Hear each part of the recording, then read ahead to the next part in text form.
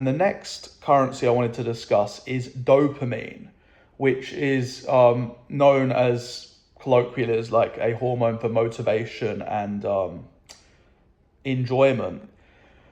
But the thing is, dopamine is a hormone that we developed as humans in order to complete tasks and in order to achieve things. Yes, it might be associated with pleasure, motivation, but it has a function, it evolved, it has a biological function that helped us in our evolutionary history.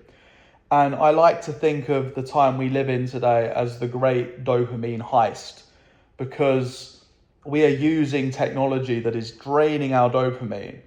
When you are on a social media platform, or when you open a notification, when you got a like or something, or I see a new subscriber on the channel, please do subscribe though.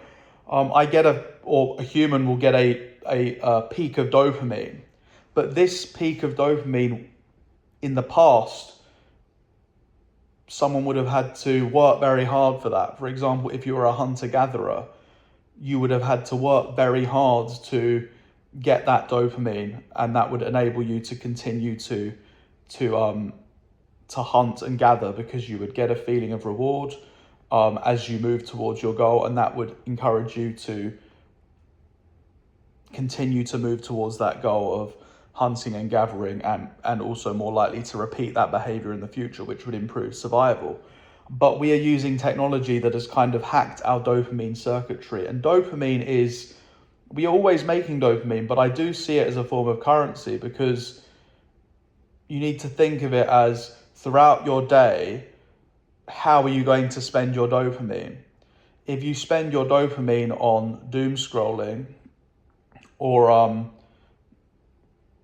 like looking at social media, then it will drain your motivation, and then you'll be less likely to do other things and other tasks.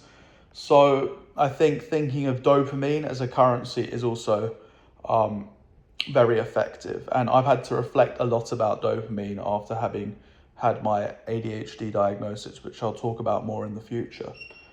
And another currency I wanted to talk about